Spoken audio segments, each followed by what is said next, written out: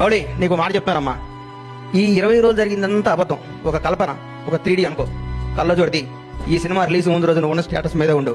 నేను అలాంటి దగ్గరికి వస్తారు, మౌడి గారు మీరు 6 అడుగులు హైట్ ఉన్నారండి, మీ ముందు విజయ్ దేవరకొండ మహేష్ బాబు ఏం పనికి వస్తారని అంటారు. అవన్నీ నమ్మకం. నువ్వు ఒక చంద్రమోహన్ లాగా ఇండస్ట్రీని వెళ్ళాలని కోరుకుంటున్నా. గ్రేట్ లెజెండరీ యాక్టర్ చంద్రమోహన్ గారు ఏమి సినిమాలు తీశారు, చచ్చిపోయేదాకా యాక్ట్ చేశాడు, అది వాస్తవాన్ని నమ్మమ్మ.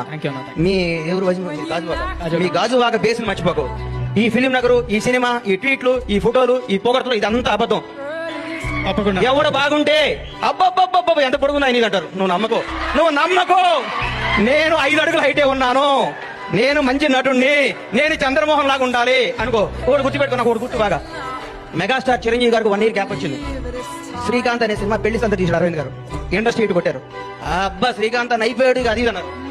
ఒక స్టార్ ను మనం ఏం చేయలేం, ఎవరో ఒక 100 కోట్లకు మెగాస్టార్ పడతాడు.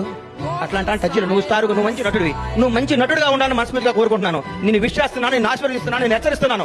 ఈ పొగడతలో నమ్మకో. రౌడీ షర్ట్ ఇచ్చాడు, మహేష్ బాబు ట్వీట్ వేశాడు, బండ్ల గణేష్ అయ్యేశాడు, ఇవన్నీ అబద్ధాలు. ఇది నిన్ను ప్లస్ చేయడానికి, నీకు విషయం చెప్పడానికి చేస్తారు. ఇది ఈ రోజే, ఇంకో ఫ్రైడే ఇంకో మోడీ వస్తాడు, ఇంకో ఫ్రైడే ఇంకొకటి వస్తాడు. ప్రతిదానికి ప్రిపేర్ అయ్యిండు. ఎప్పుడు జాగ్రత్తగా ఉండు. దయచేసి దురలవాట్లు చేసుకోకు, మాట్లాడుకో, దురలవాట్లు చేసుకోకు.